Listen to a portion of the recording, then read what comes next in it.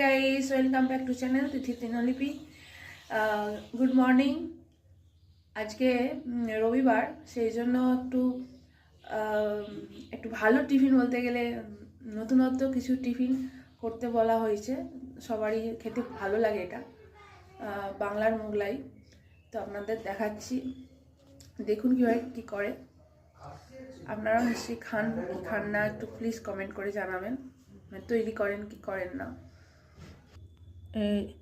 এখানে দিয়েছে পেঁয়াজ, লঙ্কা আর ধনেপাতা, আর ডিম দেবে এর মধ্যে, চালের গুঁড়ো, বেসন এসব দেবে, দিয়ে করবে। এখন মেখেছি সবে, তো দেখাচ্ছি এরপর কীভাবে কী করতে হয় করাটা।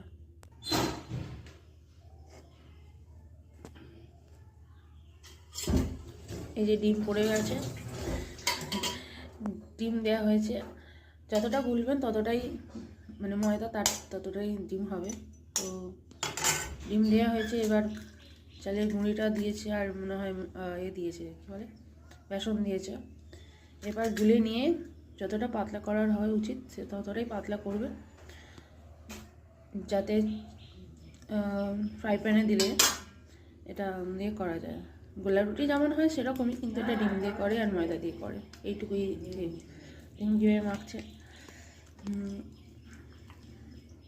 এভাবে মেখে নিয়ে তারপরে চাটুতে যখন করবেন তখন আমি দেখাচ্ছি। জিনিসটা দেখুন এরকম হতে হবে, এতটা পাতলা হলে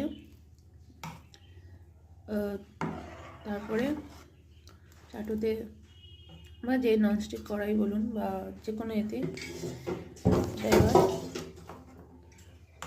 এই যে এতটা ব্যাপারটা এরকম হবে, এতটা কি বলবো পাতলা দরকার, নয়তো আটকে যাবে, যাই আটকে যাবে তলাতে।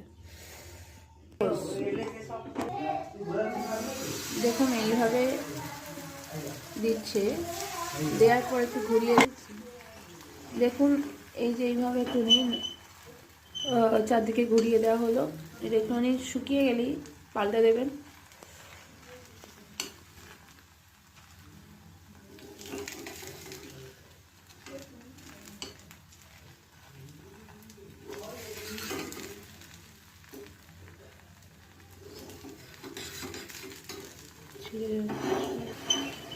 এই যে পাল্টে দেওয়া হলো, এরকম দেখতে লাগবে। আর একটু ভেজে নিলেই ব্যাস রেডি হয়ে যাবে বাংলার মোগলাই। আপনারা ট্রাই করতে পারেন, খুব ভালো টেস্টি হয়। সকালের ব্রেকফাস্টের জন্য একদম ঠিকঠাক খাবার।